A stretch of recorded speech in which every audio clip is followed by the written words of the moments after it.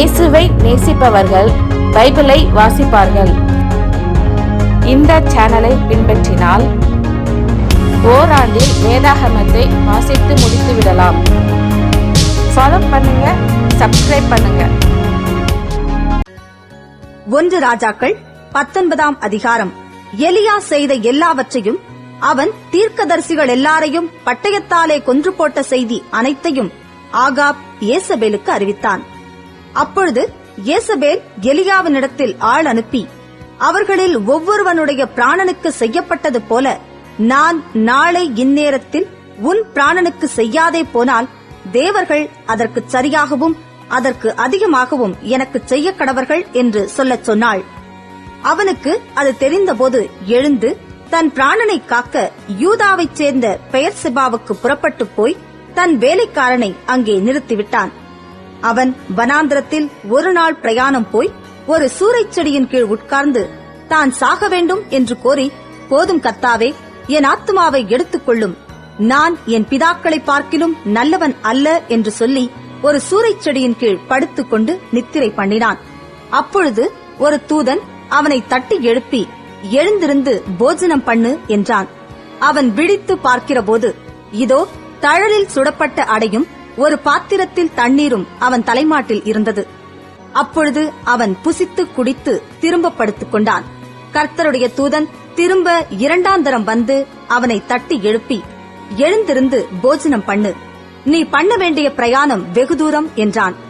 அப்பொழுது அவன் எழுந்திருந்து புசித்து குடித்து அந்த போஜனத்தின் பலத்தினால் 40 நாள் இரவு பகல் ஓரேப் என்னும் தேவனுடைய பர்வதம் மட்டும் நடந்து போனான்.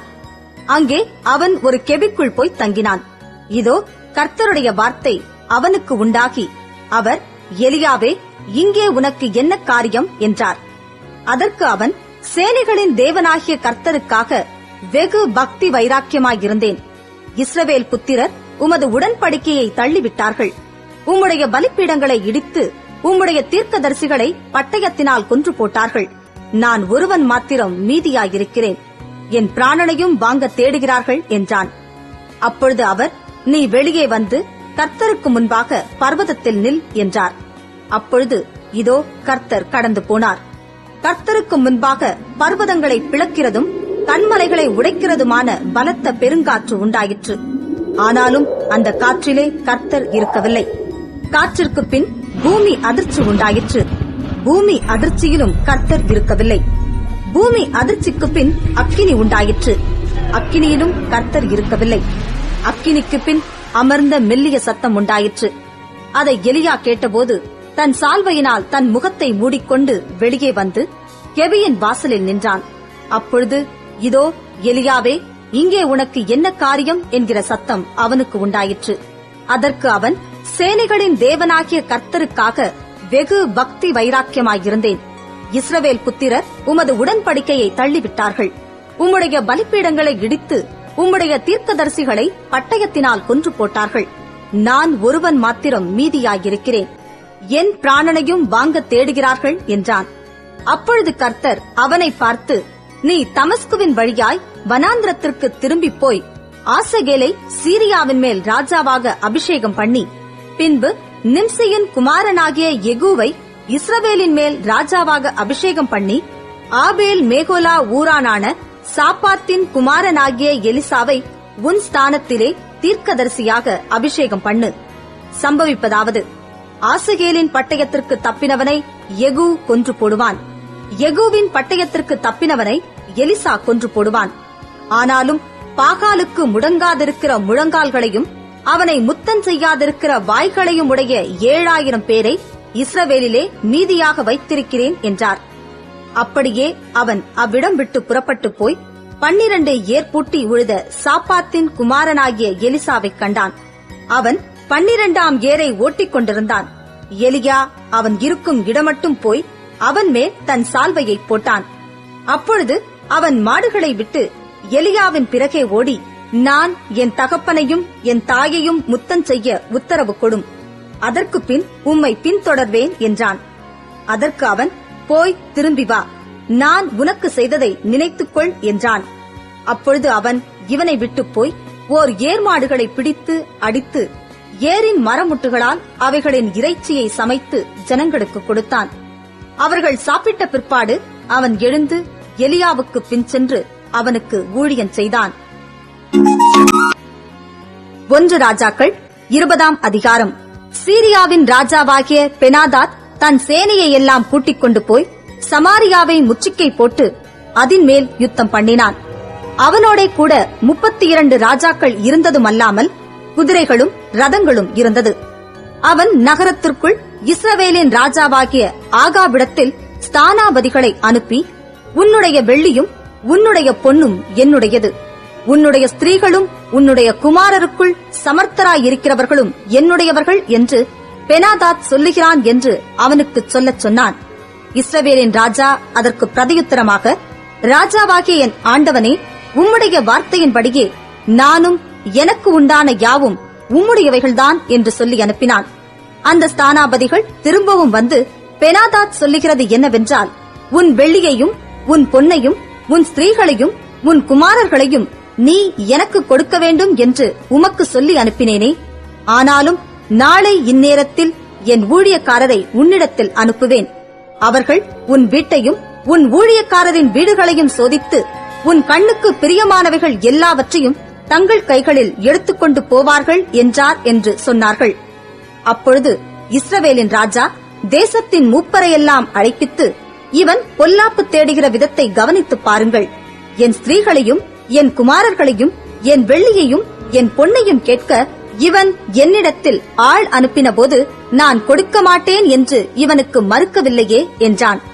அப்பொழுது சகல மூப்பரும் சகல ஜனங்களும் அவனை பார்த்து, நீர் அவனுக்கு செவி கொடுக்கவும் அவனுக்கு சம்மதிக்கவும் வேண்டாம் என்றார்கள். அதனால் அவன் பெனாதாத்தின் ஸ்தானாபதிகளை நோக்கி, நீங்கள் ராஜாவாகிய என் ஆண்டவனுக்கு சொல்ல வேண்டியது என்னவென்றால், நீர் முதற் விசை உமது அடியானுக்கு சொல்லி அனுப்பின யாவும் செய்வேன், இந்த காரியத்தையோ நான் செய்யக்கூடாது என்று சொல்லுங்கள் என்றான். ஸ்தானாபதிகள் போய் இந்த மறுமொழியை அவனுக்கு சொன்னார்கள். அப்பொழுது பெனாதாத் அவனிடத்தில் ஆள் அனுப்பி, எனக்கு பின் செல்லுகிற ஜனங்கள் எல்லாரும் கைக்கு ஒரு பிடியாவது வாரிக்கொள்ள சமாரியாவின் தூள் போதுமானதாயிருந்தால் தேவர்கள் அதற்கு சரியாகவும் அதற்கு அதிகமாகவும் எனக்கு செய்ய கடவர்கள் என்று சொல்லச் சொன்னான். அதற்கு இஸ்ரவேலின் ராஜா பிரதியுத்தரமாக, ஆயுதம் தரித்திருக்கிறவன் ஆயுதம் உரிந்து போடுகிறவனைப் போல பெருமை பாராட்டலாகாது என்று அவனுக்கு சொல்லுங்கள் என்றான். பெனாதாத்தும் மற்ற ராஜாக்களும் கூடாரங்களிலே குடித்துக் கொண்டிருக்கையில் இந்த வார்த்தையை கேட்டு தன் ஊழியக்காரரை நோக்கி, ஆயத்தம் பண்ணுங்கள் என்றான். அப்படியே நகரத்தின் மேல் சண்டை செய்ய ஆயத்தம் பண்ணினார்கள். அப்பொழுது ஒரு தீர்க்கதரிசி இஸ்ரவேலின் ராஜாவாகிய ஆகாபிடத்தில் வந்து, அந்த ஏராளமான ஜனக்கூட்டத்தை எல்லாம் கண்டாயா? இதோ நானே கர்த்தர் என்று நீ அறியும்படி இன்றைக்கு அதை உன் கையில் ஒப்புக் கொடுப்பேன் என்று கர்த்தர் சொல்லுகிறார் என்றான். யாரைக் கொண்டு என்று ஆகாப் கேட்டான். அதற்கு அவன், மாகாணங்களுடைய அதிபதிகளின் சேவகரைக் கொண்டு என்று கர்த்தர் சொல்லுகிறார் என்றான். பின்பு அவன், யுத்தத்தை யார் துவக்க வேண்டும் என்று கேட்டதற்கு அவன், நீர்தான் என்றான். அவன் மாகாணங்களுடைய அதிபதிகளின் சேவகரை இலக்கம் பார்த்தான். அவர்கள் 232 பேர். அவர்களுக்கு பின்பு இஸ்ரவேல் புத்திரராகிய சகல ஜனத்தின் இலக்கமும் பார்த்து 7000 பேர் என்று கண்டான். அவர்கள் மத்தியான வேளையிலே வெளியே புறப்பட்டார்கள். பெனாதாத்தும் அவனுக்கு உதவியாக வந்த 32 ராஜாக்களாகிய மற்ற ராஜாக்களும் கூடாரங்களில் குடித்து வெறி கொண்டிருந்தார்கள். மாகாணங்களுடைய அதிபதிகளின் சேவகர் முன்தண்டாக புறப்படுகிற போது பெனாதாத் அனுப்பின மனுஷர், சமாரியாவிலிருந்து மனுஷர் புறப்பட்டு வருகிறார்கள் என்று அவனுக்கு அறிவித்தார்கள். அப்பொழுது அவன், அவர்கள் சமாதானத்திற்காக புறப்பட்டு வந்தாலும் அவர்களை உயிரோடே பிடியுங்கள், அவர்கள் யுத்தத்திற்காக புறப்பட்டு வந்தாலும் அவர்களை உயிரோடே பிடியுங்கள் என்றான். மாகாணங்களுடைய அதிபதிகளின் சேவகரான அவர்களும் அவர்கள் பின்னே வருகிற இராணுவமும் நகரத்திலிருந்து வெளியே வந்தபோது அவர்கள் அவரவர் தங்களுக்கு எதிர்ப்படுகிறவர்களை வெட்டினார்கள். சீரியர் முறிந்தோடி போனார்கள். இஸ்ரவேலர் அவர்களை துரத்தினார்கள். சீரியாவின் ராஜாவாகிய பெனாதாத் குதிரையின் மேல் ஏறி சில குதிரை வீரரோடும் கூட தப்பியோடி போனான். இஸ்ரவேலின் ராஜா புறப்பட்டு குதிரைகளையும் ரதங்களையும் முறிய அடித்து சீரியரில் மகா சங்காரம் உண்டாக வெட்டினான். பின்பு அந்த தீர்க்கதரிசி இஸ்ரவேலின் ராஜாவினிடத்தில் வந்து, அவனை நோக்கி, நீர் போய் உம்மை பலப்படுத்திக் கொண்டு நீர் செய்யத்தக்கது இன்னதென்று கவனித்து பாரும். மறு வருஷத்திலே சீரியாவின் ராஜா உமக்கு விரோதமாக வருவான் என்றான். சீரியாவின் ராஜாவுடைய ஊழியக்காரர் அவனை பார்த்து, அவர்களுடைய தேவர்கள் மலை தேவர்கள், அதனால் அவர்கள் நம்மை மேற்கொண்டார்கள். நாம் அவர்களோடே சமபூமியிலே யுத்தம் பண்ணினால் நல்லது. அப்பொழுது அவர்களை மேற்கொள்வது நிச்சயம். அதற்காக நீர் செய்ய வேண்டியது என்னவென்றால், இந்த ராஜாக்கள் ஒவ்வொருவரையும் தங்கள் ஸ்தலத்திலிருந்து மாற்றி அவர்களுக்கு பதிலாக சேனாபதிகளை ஏற்படுத்தி, நீர் மடிய கொடுத்த சேனைக்கு சரியாய் சேனையையும், அந்த குதிரைகளுக்கு சரியாய் குதிரைகளையும், ரதங்களுக்கு சரியாய் ரதங்களையும் இலக்கம் பார்த்துக் கொள்ளும். பிற்பாடு சமபூமியிலே நாம் அவர்களோடு யுத்தம் பண்ணி நிச்சயமாய் அவர்களை மேற்கொள்வோம் என்றார்கள். அவன் அவர்கள் சொற்கேட்டு அப்படியே செய்தான். மறு வருஷத்திலே பெனாதாத் சீரியரை இலக்கம் பார்த்து இஸ்ரவேலோடு யுத்தம் பண்ண ஆபிக்குக்கு வந்தான். இஸ்ரவேல் புத்திரரும் இலக்கம் பார்க்கப்பட்டு தேவையானதை சம்பாதித்துக் கொண்டு அவர்களை எதிர்க்க புறப்பட்டு அவர்களுக்கு எதிரே 2 சிறிய வெள்ளாட்டு கிடைகளைப் போல பாளையம் இறங்கினார்கள். தேசம் சீரியரால் நிறைந்திருந்தது. அப்பொழுது தேவனுடைய மனுஷன் ஒருவன் வந்து இஸ்ரவேலின் ராஜாவை பார்த்து, கர்த்தர் பள்ளத்தாக்குகளின் தேவனாயிராமல் மலைகளின் தேவனாயிருக்கிறார் என்று சீரியர் சொல்லியிருக்கிறபடியினால் நான் இந்த ஏராளமான ஜனக்கூட்டத்தை எல்லாம் உன் கையில் ஒப்புக் கொடுத்தேன். அதனால் நானே கர்த்தர் என்று நீங்கள் அறிவீர்கள் என்று கர்த்தர் சொல்லுகிறார் என்றான். 7 நாளளவும் அவர்கள் முகமுகமாய் பாளையம் இறங்கியிருந்தார்கள். 7ஆம் நாளில் யுத்தம் கலந்து இஸ்ரவேல் புத்திரர் ஒரே நாளிலே சீரியரில் 1,00,000 காலாட்களை மடங்கடித்தார்கள். மீதியானவர்கள் ஆப்பேக் பட்டணத்திற்குள் ஓடிப்போனார்கள். அங்கே மீதியாயிருந்த 27,000 பேரின் மேல் அலங்கம் இடிந்து விழுந்தது. பெனாதாத்தும் ஓடிப்போய் நகரத்திற்குள் புகுந்து உள்ளறையிலே பதுங்கினான். அப்பொழுது அவன் ஊழியக்காரர் அவனை நோக்கி, இதோ இஸ்ரவேல் வம்சத்து ராஜாக்கள் தயவுள்ள ராஜாக்கள் என்று கேட்டிருக்கிறோம். நாங்கள் இரட்டுகளை எங்கள் அறைகளில் கட்டி கயிறுகளை எங்கள் தலைகளில் சுற்றிக்கொண்டு இஸ்ரவேலின் ராஜாவினிடத்தில் போவோம். ஒருவேளை உம்மை உயிரோடை வைப்பார் என்று சொல்லி இரட்டை தங்கள் அறைகளில் கட்டி கயிறுகளை தங்கள் தலைகளில் சுற்றிக்கொண்டு இஸ்ரவேலின் ராஜாவினிடத்தில் வந்து, என்னை உயிரோடே வையும் என்று உமது அடியானாகிய பெனாதாத் விண்ணப்பம் பண்ணுகிறான் என்றார்கள். அதற்கு அவன், இன்னும் அவன் உயிரோடே இருக்கிறானா? அவன் என் சகோதரன் என்றான். அந்த மனுஷர் நன்றாய் கவனித்து அவன் வாயின் சொல்லை உடனே பிடித்து, உமது சகோதரனாகிய பெனாதாத் இருக்கிறான் என்றார்கள். அப்பொழுது அவன், நீங்கள் போய் அவனை அழைத்துக் கொண்டு வாருங்கள் என்றான். பெனாதாத் அவனிடத்தில் வந்தபோது அவனை தன் ரதத்தில் ஏற்றிக் கொண்டான். அப்பொழுது பெனாதாத் இவனை பார்த்து, என் தகப்பன் உம்முடைய தகப்பனார் கையிலே பிடித்த பட்டணங்களை திரும்ப கொடுத்து விடுகிறேன். என் தகப்பன் சமாரியாவிலே செய்தது போல நீரும் தமஸ்குவிலே வீதிகளை உண்டாக்கிக் கொள்ளலாம் என்றான். அதற்கு அவன், இந்த உடன்படிக்கை செய்து நான் உம்மை அனுப்பிவிடுகிறேன் என்று சொல்லி அவனோடு உடன்படிக்கை பண்ணி அவனை அனுப்பிவிட்டான். அப்பொழுது தீர்க்கதரிசிகளின் புத்திரரில் ஒருவன் கர்த்தருடைய வார்த்தையின்படி தன் தோழனை நோக்கி, நீ என்னை அடி என்றான். அந்த மனுஷன் அவனை பார்த்து, அடிக்க மாட்டேன் என்றான்.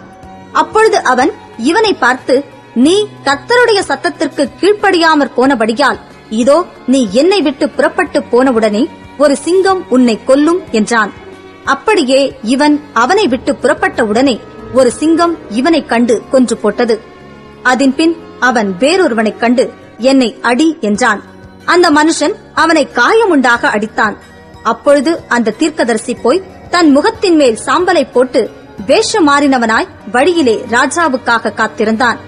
ராஜா அவ்வழியாய் வருகிற போது இவன் ராஜாவை பார்த்து கூப்பிட்டு, உமது அடியான் யுத்தத்தில் நின்றபோது ஒருவன் விலகி என்னிடத்தில் ஒருவனை கொண்டு வந்து, இந்த மனுஷனை பத்திரம் பண்ணு, இவன் தப்பிப்போனால் உன் பிராணன் அவன் பிராணனுக்கு ஈடாயிருக்கும், அல்லது ஒரு தாலந்து வெள்ளியை நீ கொடுக்க வேண்டும் என்றான். ஆனாலும் உமது அடியான் இங்கும் அங்கும் அலுவலாயிருக்கும் போது அவன் போய்விட்டான் என்றான். இஸ்ரவேலின் ராஜா அவனை பார்த்து, நீ சொன்ன தீர்ப்பின்படியே ஆகும் என்றான். அப்பொழுது அவன் சீக்கிரமாய் தன் முகத்தின் மேலிருக்கும் சாம்பலை துடைத்து விட்டதினால் இஸ்ரவேலின் ராஜா அவன் தீர்க்கதரிசிகளில் ஒருவன் என்று அறிந்து கொண்டான். அப்பொழுது இவன் அவனை நோக்கி, சங்காரத்திற்கு நான் நியமித்த மனுஷனை உன் கையிலிருந்து தப்பிப் போகும்படி நீ விட்டபடியினால் உன் பிராணன் அவன் பிராணனுக்கு ஈடாகவும் உன் ஜனம் அவன் ஜனத்திற்கு ஈடாகவும் இருக்கும் என்று கர்த்தர் சொல்லுகிறார் என்றான். அதனால் இஸ்ரவேலின் ராஜா சலிப்பும் விசனமுமாய் தன் வீட்டிற்கு போக புறப்பட்டு சமாரியாவுக்கு வந்தான்.